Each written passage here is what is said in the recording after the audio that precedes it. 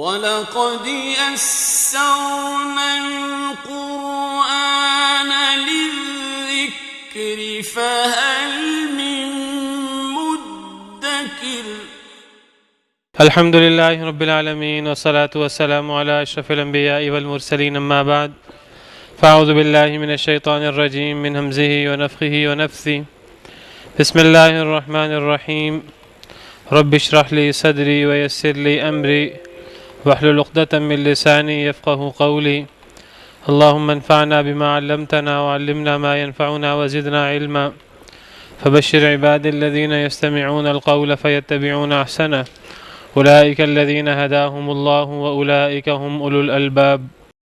قال أفتعبدون من دون الله ما لا ينفعكم شيئا ولا يضركم أف لكم ولما تعبدون من دون الله أفلا تعقلون قالوا حرقوه وانصروا آلهتكم إن كنتم فاعلين قلنا يا نار كوني بردا وسلاما على إبراهيم وأرادوا به كيدا فجعلناهم الأخسرين.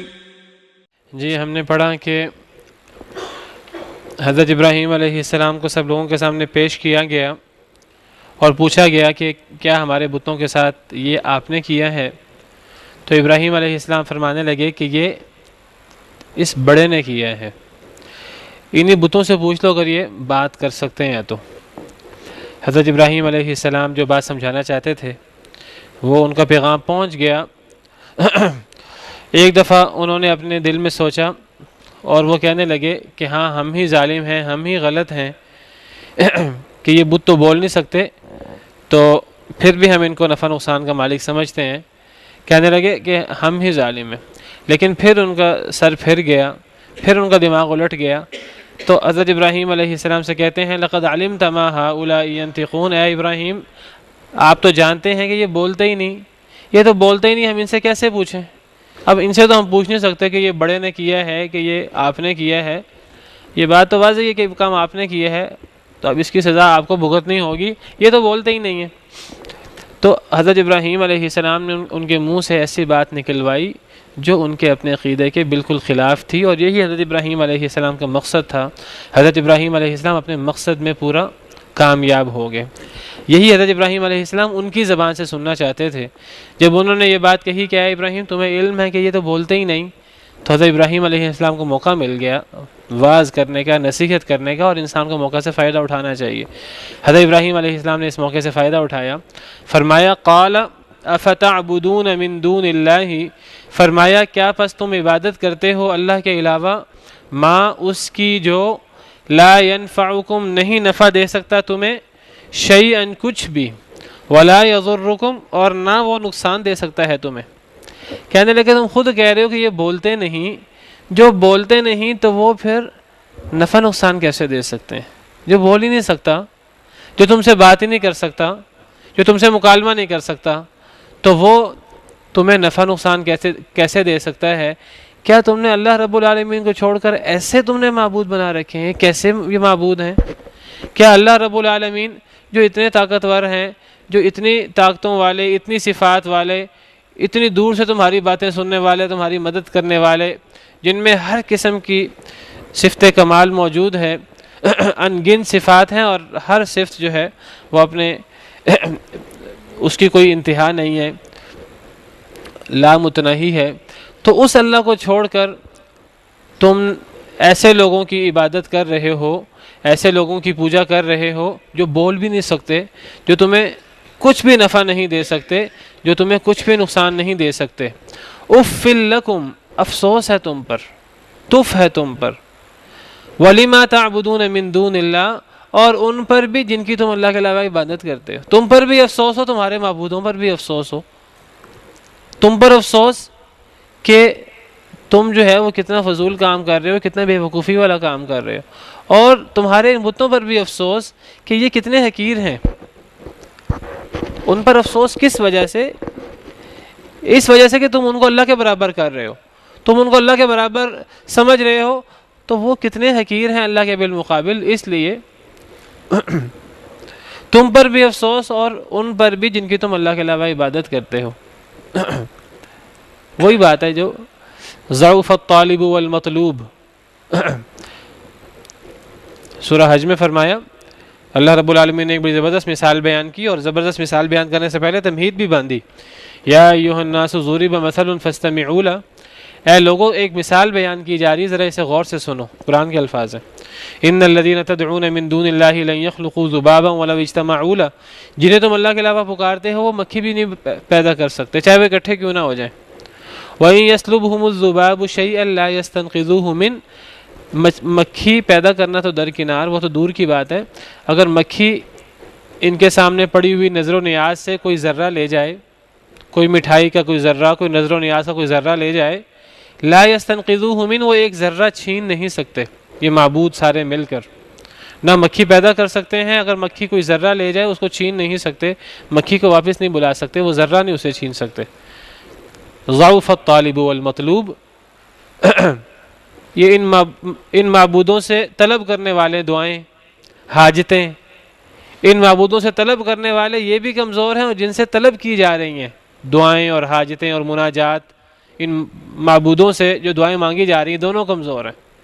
تو وہی انداز ہے، فرمایا کہ کیا اللہ کو چھوڑ کر اس کی عبادت کرتے ہو جو تمہیں کچھ بھی فائدہ نہیں دے سکتا، جو بول ہی نہیں سکتا، اس فائدہ کیا دینا ہے، اور تمہیں نقصان بھی نہیں دے سکتا۔ تم پر بھی افسوس اور جن کی تم اللہ کے علاوہ عبادت کرتے ہو ان پر بھی افسوس، تم دونوں ہی کتنے کمزور ہو، اور تمہاری عقل پر افسوس کہ کس طرح تم نے اتنے اللہ کے بالمقابل جن کا کوئی مقابلہ نہیں اللہ سے، تم نے ان کو اللہ کا شریک بنایا ہوا ہے۔ تم پر بھی افسوس اور جن کی تم اللہ کے علاوہ عبادت کرتے ہو ان پر بھی۔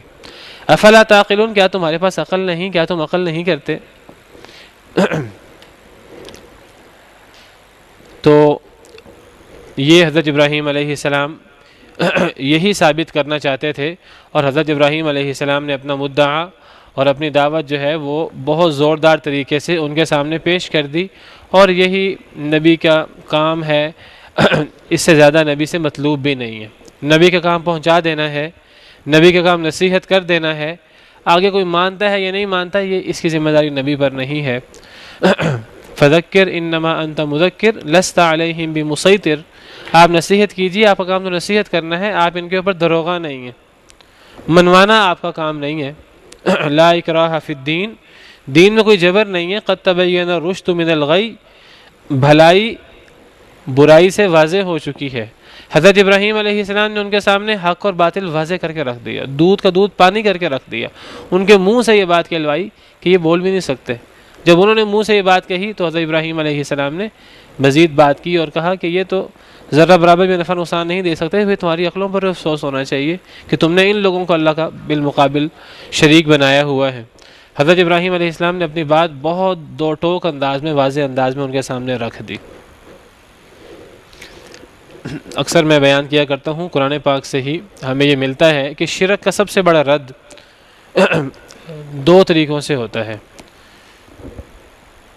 توحید کی سب سے بڑی دلائل دو ہیں، اور اگر شرک کا رد کرنا ہو تو اس کے لیے قرآن پاک نے دو دلائل بہت زیادہ دی ہیں۔ کیا دو دلائل؟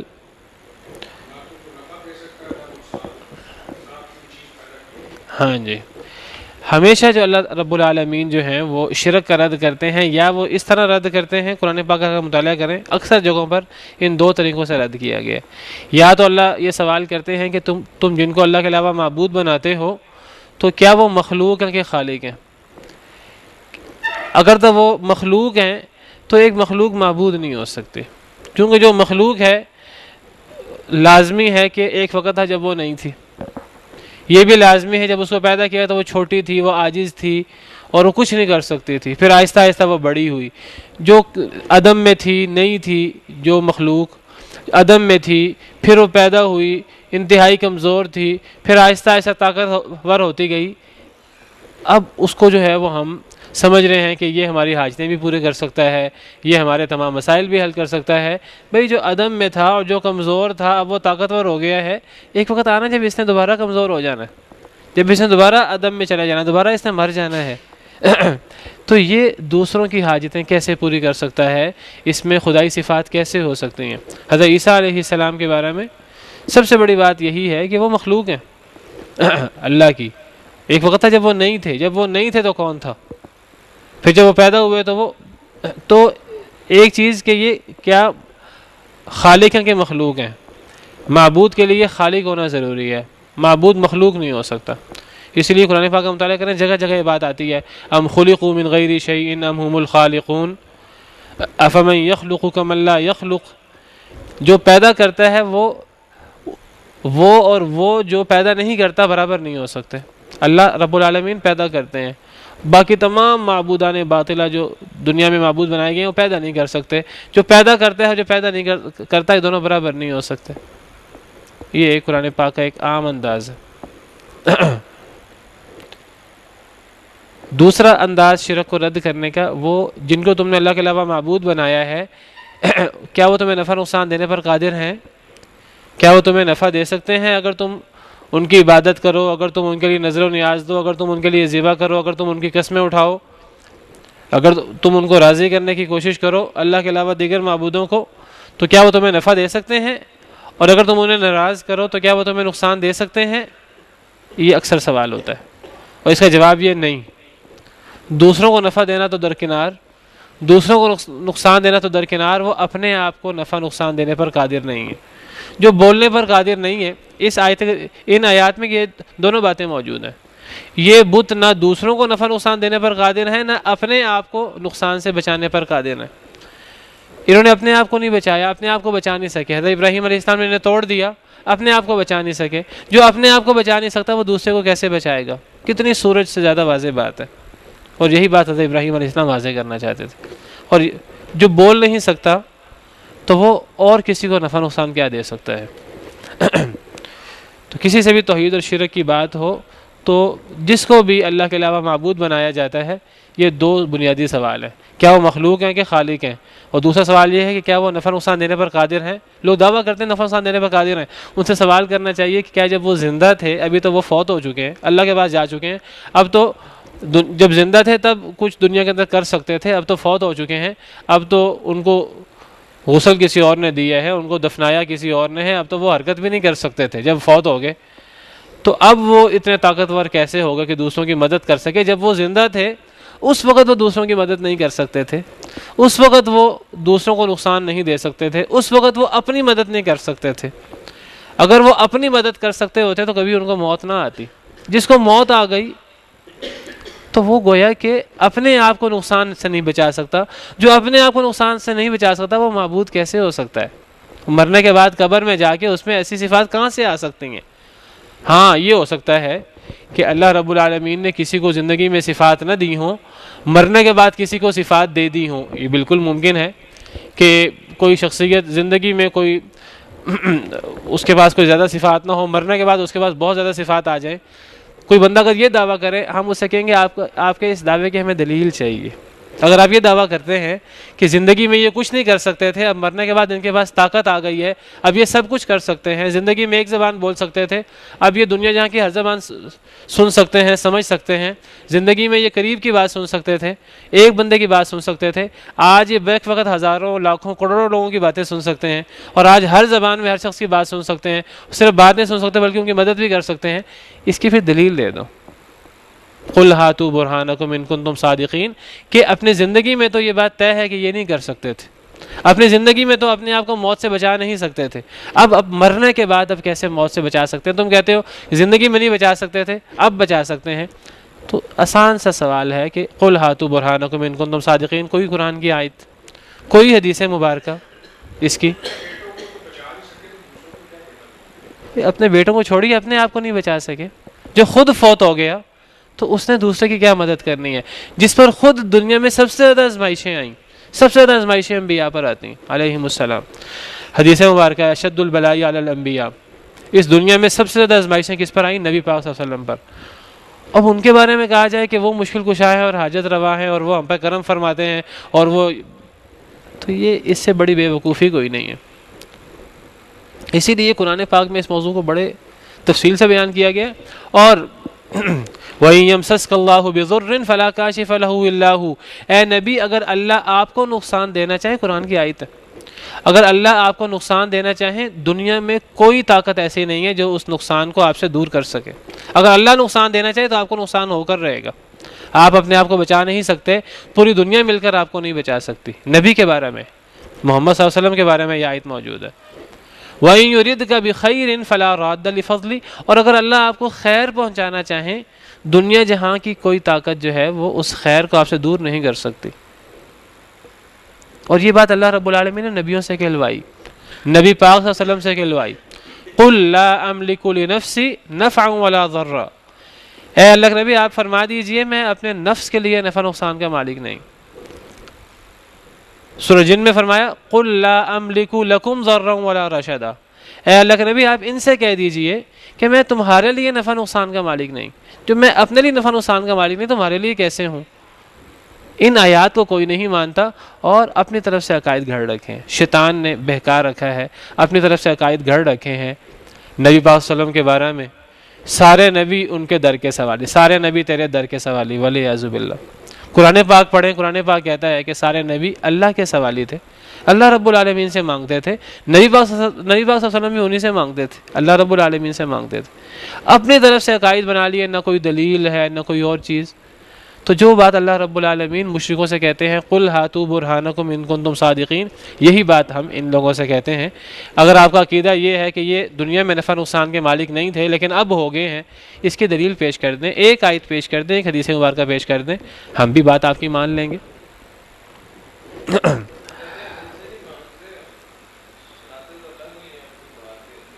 نہیں، ان سے بھی مانگتے ہیں، ان سے بھی مانگتے ہیں۔ یہ تو ایسے غلط، یہ جھوٹ بات ہے لوگوں کی کہ ہم نہیں مانگتے۔ یہ کہتے نہیں ہیں کہ یہ سب تمہارا کرم ہے، آقا کے بات اب تک بنی ہوئی ہے۔ یہ نبی پاک صلی اللہ علیہ وسلم کے بارے میں یہ بات کہی جاتی ہے کہ آپ کے کرم کی وجہ سے جو ہے بات اب تک بنی ہوئی ہے، کاروبار چل رہا ہے۔ نعوذ باللہ من ذالک۔ آپ پر کس کا کرم ہوتا تھا؟ اللہ رب العالمین کا۔ آپ اللہ کے کرم کے محتاج تھے۔ وہ ایک الگ موضوع ہے، وہ ایک الگ شرک ہے، ایک الگ انداز کا، باقاعدہ مانگا بھی جاتا ہے۔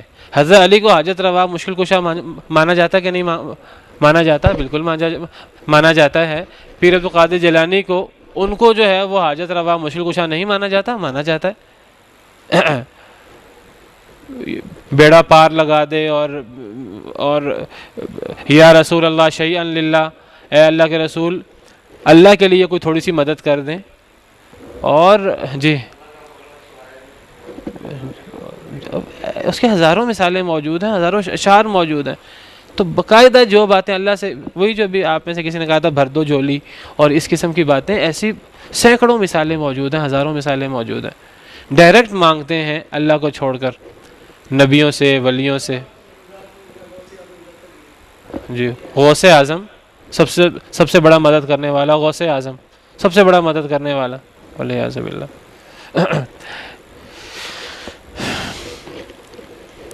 پھر کہتے ہیں کہ جی نہیں ہم ان سے نہیں مانگتے، ہم ان کے واسطے سے اللہ سے مانگتے ہیں، اللہ ہماری نہیں سنتا، اللہ ان کی سنتا ہے۔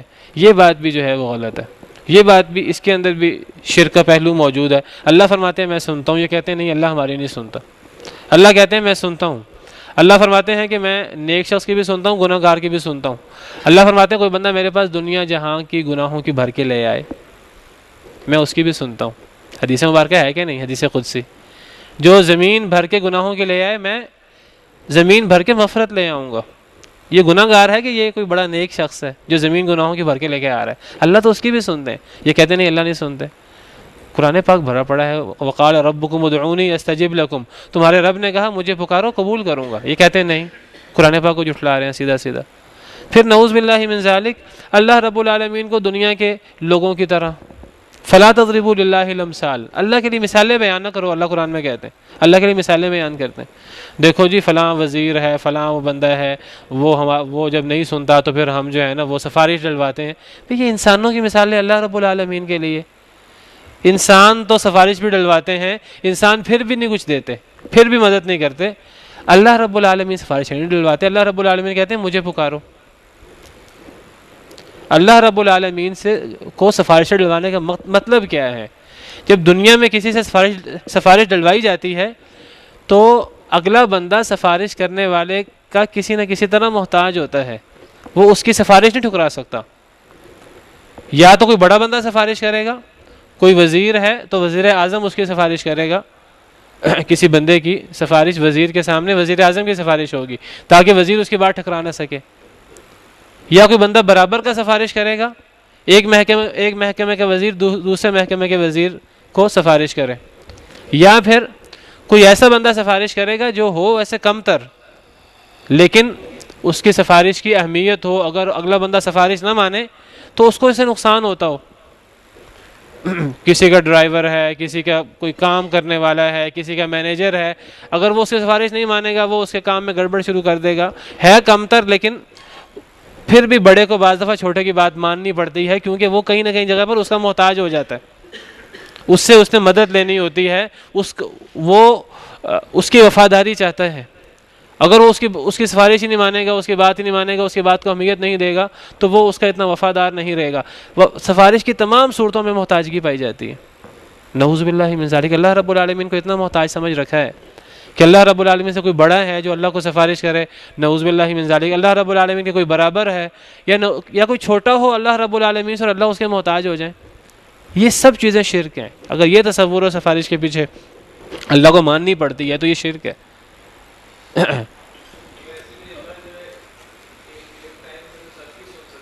جی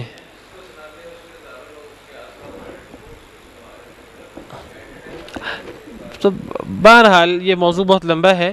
تو یہاں جو رد کیا گیا ہے وہ اس طریقے سے رد کیا گیا ہے کہ یہ اپنے نفع نقصان کے مالک نہیں ہیں، تو یہ پھر تمہیں کیسے نفع نقصان دے سکتے ہیں؟ جب یہ تمہیں نفع نقصان نہیں دے سکتے تب پھر تم پر افسوس کہ تم اللہ کو چھوڑ کر کیسے ان کی عبادت کرتے ہو. تم پر بھی افسوس ہو جن کی تم اللہ کے علاوہ عبادت کرتے ہو. کیا تم عقل نہیں کرتے؟ قالوا حرقوه وانصروا آلهتكم. وہ کہنے لگے حرقوه، اسے جلا دو، وانصروا آلهتكم، اپنے معبودوں کی مدد کرو، ان کنتم فاعلین، اگر تم کچھ کرنے والے ہو. اگر تم نے کچھ کرنا ہے، اگر آج چپ کر گئے پھر آئندہ شرک چل نہیں سکے گا. حضرت ابراہیم علیہ السلام نے تو شرک کے پرخچے اڑا دیے ہیں. اگر تم نے اپنے شرک کی مدد کرنی ہے، اگر تم نے اپنے دین کی مدد کرنی ہے، اگر تم نے اپنے معبودوں کی مدد کرنی ہے، پھر آج کچھ نہ کچھ کرنا پڑے گا، پھر آج اس کا کچھ کرنا پڑے گا. آج اس کو جلا دو. نہیں جلاؤ گے تو انہوں نے تو اتنا توحید کو واضح کر دیا ہے کہ کوئی شرک کرنے والا آئندہ ہوگا ہی نہیں. تو اگر اپنے دین کی حفاظت چاہتے ہو، اپنے معبودوں کی حفاظت چاہتے ہو تو پھر اس کو جلا دو. مشرک کی عادت ہے، باطل کی عادت یہ ہے کہ دلائل کے مقابلے میں باطل کے پاس دلائل نہیں ہوتے. باطل دلائل میں ہار جاتا ہے، تہی دامن ہوتا ہے دلائل سے، کوئی دلیل نہیں اس کے پاس ہوتی. اور جو بندہ حق پر ہوتا ہے اس کے پاس بہت سارے دلائل ہوتے ہیں. چاہے اس کے پاس دنیاوی طاقت نہ ہو، اس کے پاس دلائل کی بہت بڑی طاقت ہوتی ہے، علم کی بہت بڑی طاقت ہوتی ہے. اور باطل کے پاس کوئی علم نہیں ہوتا، سارے شکوک و شبہات ہوتے ہیں. اور جب دلائل کے میدان میں باطل شکست کھا جاتا ہے پھر وہ زور آزمائی پہ اتر آتا ہے، پھر وہ ظلم و زیادتی پر اتر آتا ہے، جس طرح یہاں یہ لوگ ظلم و زیادتی پر اتر آئے. حضرت ابراہیم علیہ السلام ان کو سمجھانا چاہ رہے ہیں اور ان کے سامنے بتوں کی حقیقت واضح کی ہے، لیکن وہ اب دلائل میں جب کوئی جواب نہیں آیا کہنے لگے چھوڑو اس ساری بحث کو، ان کو جلا دو اور اپنے معبودوں کی مدد کرو.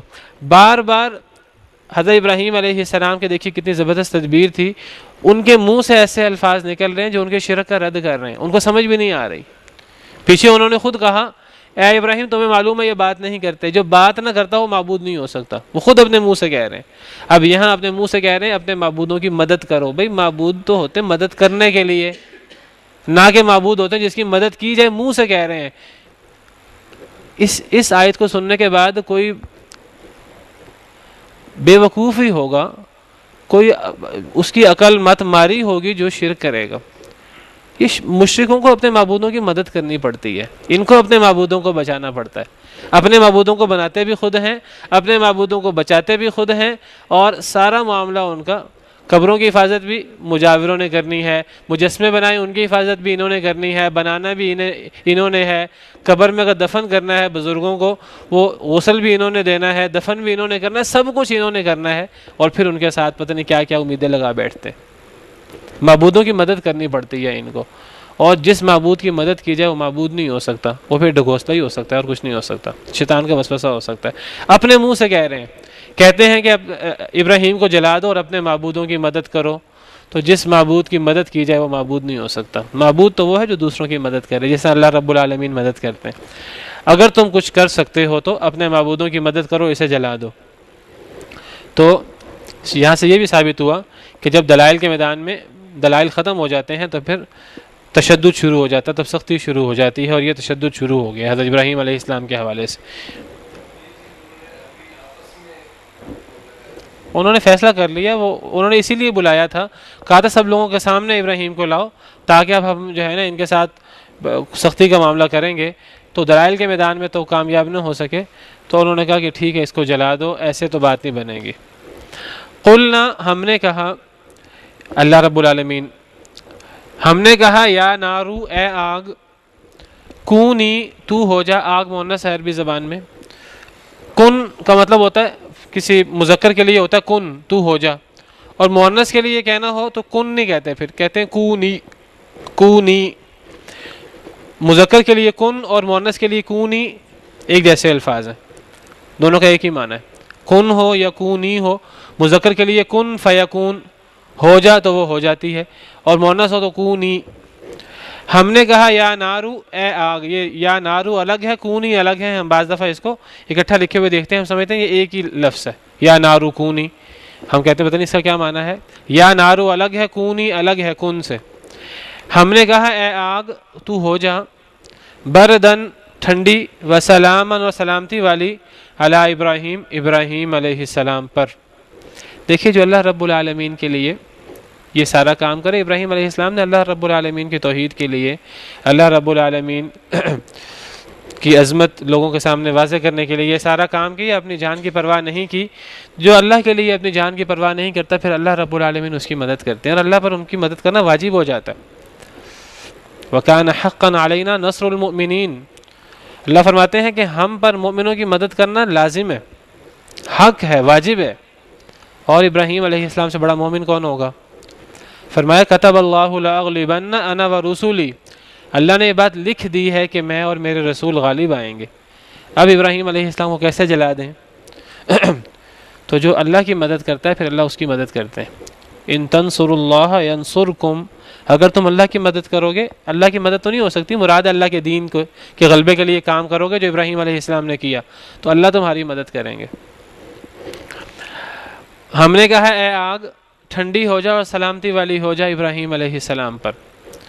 دو الفاظ ہیں، ٹھنڈی بھی ہو جا اور سلامتی والی بھی۔ سلامتی والی ہو جا، سلامتی والی ہو جا کیا مطلب؟ کہا جاتا ہے کہ اگر سلامتی والی ہو جا یہ نہ کہا جاتا، صرف یہ کہا جاتا ہے اے آگ ٹھنڈی ہو جا، جس طرح آگ گرم ہوتی ہے اور آگ کے اندر تپش ہوتی ہے اور جلاتی ہے، اللہ کے حکم سے جلاتی ہے، جب اللہ کا حکم اسے ہوتا ٹھنڈی ہو جا تو وہ اتنی ٹھنڈی ہو جاتی کہ وہ ٹھنڈ بھی برداشت نہ ہوتی۔ اگر آگ کو نہ یہ بتایا جاتا، آگ کو صرف یہ حکم ملتا اللہ رب العالمین کی طرف سے اے آگ ٹھنڈی ہو جا، تو وہ جلانے کی صفت ختم کر کے وہ ٹھنڈی ہو جاتی ہے، اور وہ اتنی ٹھنڈی ہو جاتی ہے اللہ کے حکم پر عمل کرتے ہوئے کہ وہ برف سے زیادہ ٹھنڈی ہو جاتی، اور وہ بھی تکلیف دیتی، تو جی وہ بھی جلاتی ہے، چلیں بہرحال وہ بھی تکلیف دیتی ہے۔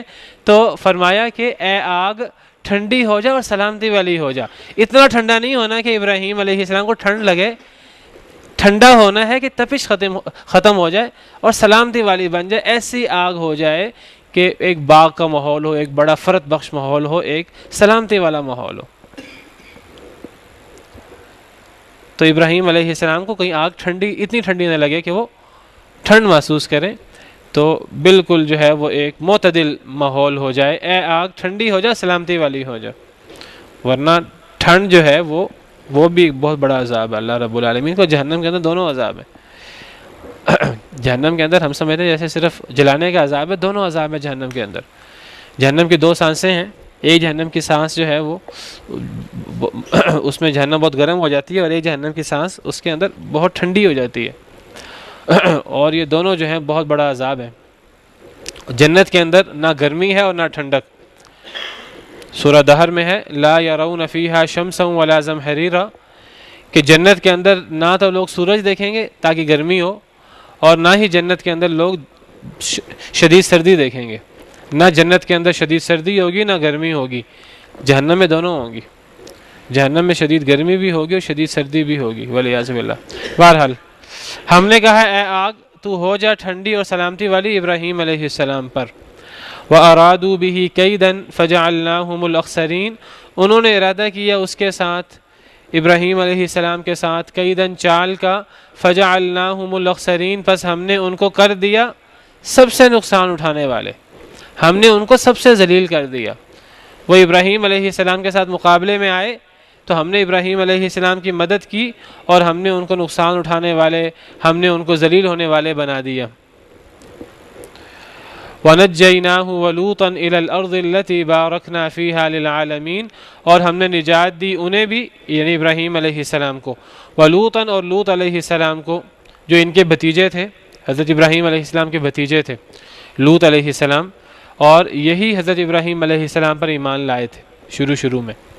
فَآمَنَ لَهُ لُوط، سورہ عنکبوت میں ہے، ابراہیم علیہ السلام پر لوط ہی ایمان لائے اور کوئی ایمان نہیں لایا شروع میں۔ تو اب جب حضرت ابراہیم علیہ السلام کو انہوں نے جلانے کا فیصلہ کیا، اللہ رب العالمین نے ان کی تدبیر خاک میں ملا دی، لیکن اب اللہ رب العالمین نے پھر حضرت ابراہیم علیہ السلام کو حکم دیا کہ اب یہاں کوئی فائدہ نہیں ہے، اب ان کی اصلاح نہیں ہوگی، اب آپ یہاں سے ہجرت کر جائیں۔ تو جی نہیں، تارخ کے نہیں، وہ کہا جاتا ہے کہ شاید مجھے اس کا ذہن میں پورا نام نہیں آ رہا، شاید ہاران بھی کوئی حضرت ابراہیم علیہ السلام کے بھائی تھے، ہاران نامی، واللہ عالم، اس وقت پورا یاد نہیں ہے، بتا دوں گا انشاءاللہ دیکھ کر۔ شاید حضرت لوط کے باپ کا نام ہاران ہے اور وہ ابراہیم علیہ السلام کے بھائی ہیں، تو حضرت لوط علیہ السلام حضرت ابراہیم علیہ السلام کے بھتیجے ہیں۔ ہم نے نجات دی ابراہیم علیہ السلام کو اور لوط علیہ السلام کو، الی الارض التی بارکنا فیہا للعالمین، اس زمین کی طرف جس میں ہم نے برکت دے رکھی تھی تمام جہان والوں کے لیے۔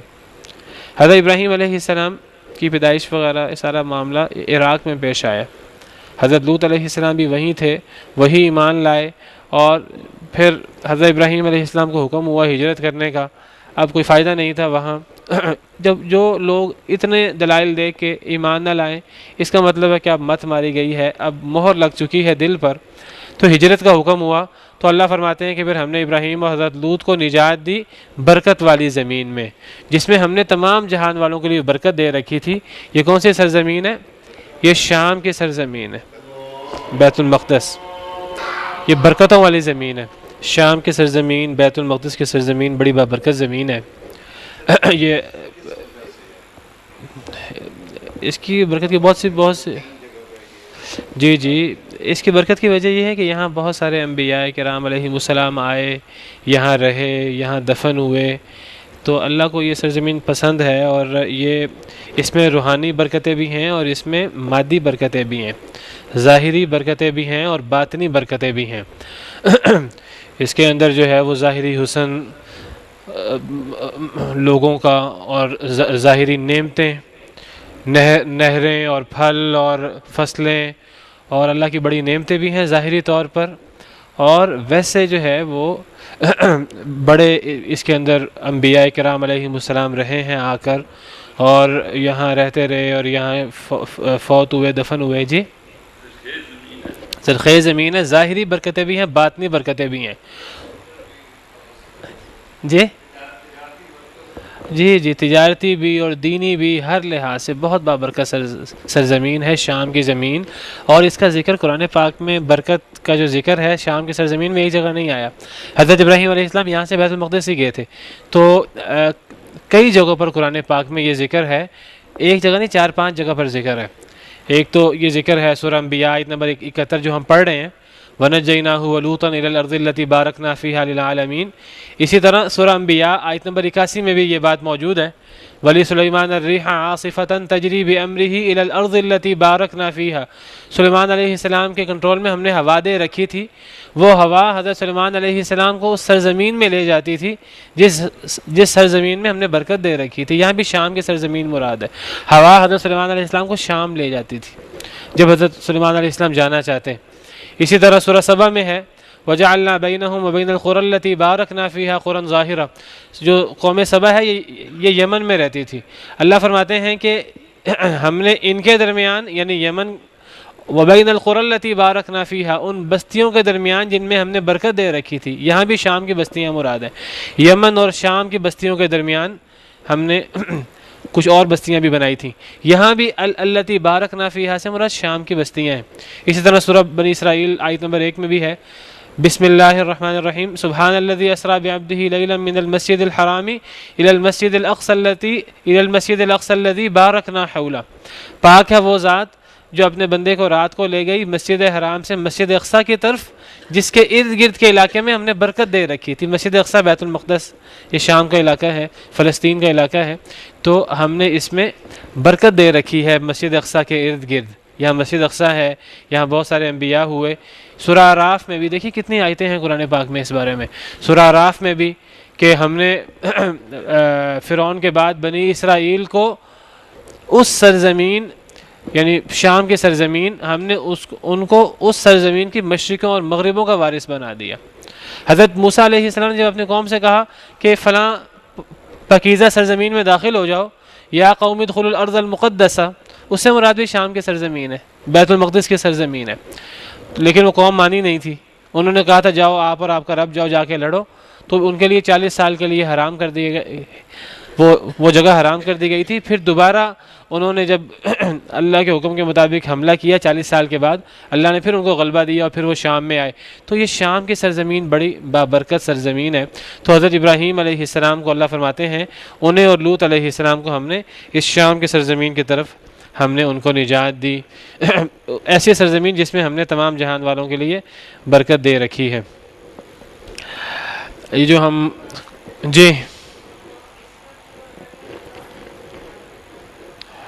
یہ شام کے حالات کے خراب ہونے کے بارے میں پیشین گوئی موجود ہے، قرب قیامت بھی پیشین گوئی موجود ہے کہ شام کے حالات بہت خراب ہو جائیں گے، اور پھر جو ہے وہ پھر بعد میں جو ہے وہ حضرت عیسیٰ کے آنے سے پہلے حالات ٹھیک ہوں گے۔ تو اللہ عالم، اللہ کو بہتر معلوم ہے۔ تو ویسے جو ہے اللہ کی طرف سے اس سرزمین پہ بڑی برکتیں ہیں، بڑے علماء پیدا ہوئے ہیں یہاں سے۔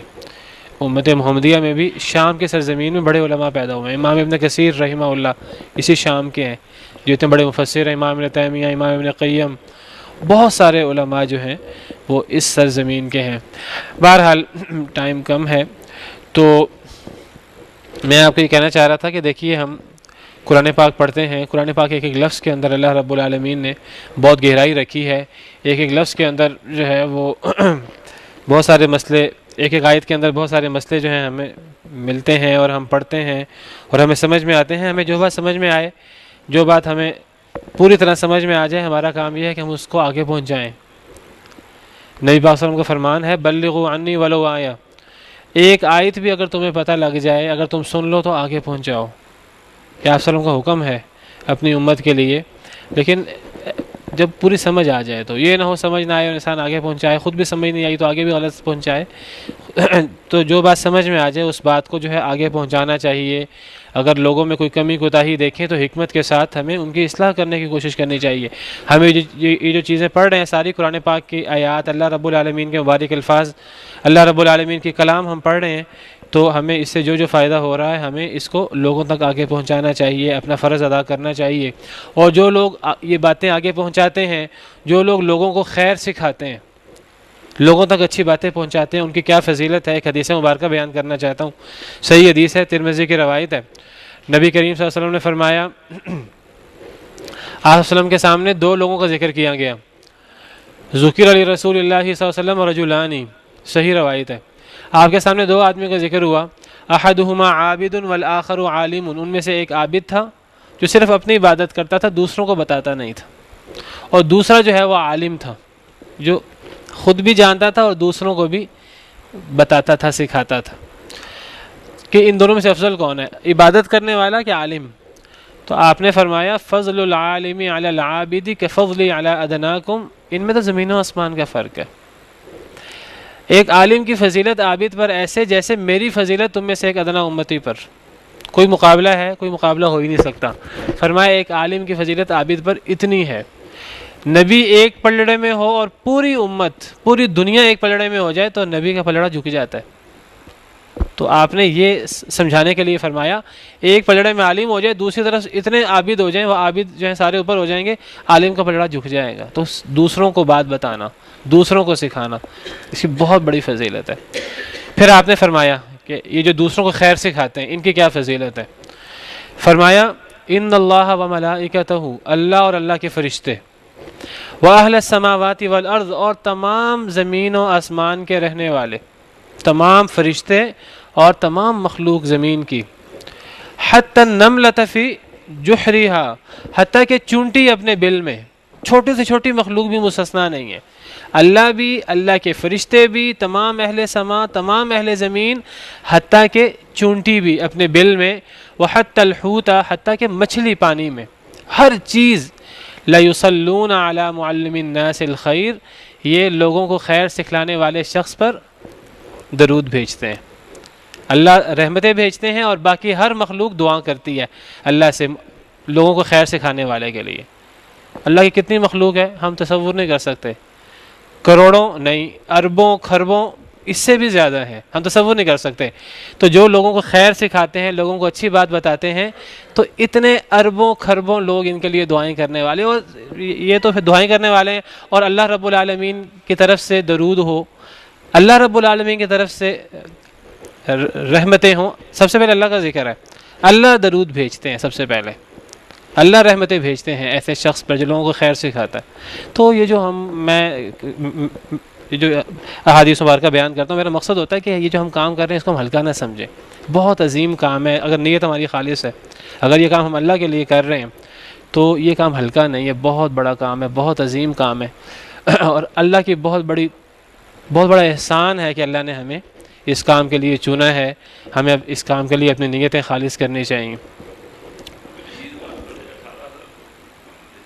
18,000 مخلوق نہیں، میں تو یہ نہیں کہہ رہا مخلوق ہے کتنی، میں تو کہتا ہوں ہر مخلوق، چلیں 18,000 ہی مان لیں، اس سے زیادہ ہیں، ہر مخلوق کا ہر فرد، ایک ایک مخلوق کے اندر ہزاروں لاکھوں کروڑوں ہیں، تو ہر فرد ایک مخلوق کا، ہر چونٹی وہ دعائیں کرتی ہے، ہر مچھلی دعائیں کرتی ہے، اور ہر مخلوق دعائیں کرتی ہے، ہر فرشتہ دعا کرتا ہے۔ اور کتنے فرشتے ہیں؟ بہرحال ٹائم ختم ہو گیا ہے، کوئی سوال ہے تو آپ سوال کر سکتے ہیں۔ درود مطلب رحمت بھیجنا۔ ایک حدیث میں الفاظ ہیں کہ وہ درود بھیجتے ہیں، اور ایک حدیث کے الفاظ ہیں یستغفرون، بخشش کی دعا کرتے ہیں تمام مخلوقات کے بارے میں، وہ حدیث بھی موجود ہے اور وہ بھی صحیح ہے، وہ بھی آپ کو دکھا دیتا ہوں۔ یہ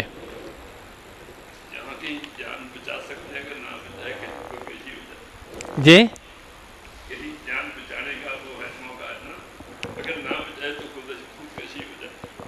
نہیں، اگر مسئلہ توحید شرک کا آ جائے نا تو انسان ویسے جان بچانے کے لیے انسان جو ہے وہ اگر مجبور کیا جائے تو وہ شرکی الفاظ بول سکتا ہے جان بچانے کے لیے، لیکن اگر وہ نہ اپنی جان بچائے، قربان ہونے دے اپنے آپ کو، تو یہ افضل ہے، یہ خودکشی نہیں ہوگی، یہ افضل ہوگا اگر ایک انسان اس کی غیرت گوارا نہ کرے کہ میں شرک کروں اللہ کے ساتھ، چاہے میری جان چلی جائے میں شرک نہ کروں۔ حدیث مبارکہ ہے لا تشرک باللہ وَإِن قُتِلْتَ أَوْ حُرِّقْتَ، اللہ کے ساتھ شرک نہ کرنا، چاہے تجھے قتل کر دیا جائے، چاہے تجھے جلا دیا جائے، یہ حدیث ہے۔ کئی صحابہ ڈٹ گئے تھے اس معاملے میں، اور وہ جو شخص ہے وہ جو مکھی کو کرنا تھا، نظر کرنا تھا، تو اس کو قتل کر دیا گیا تھا، شہید کر دیا گیا تھا اس شخص کو۔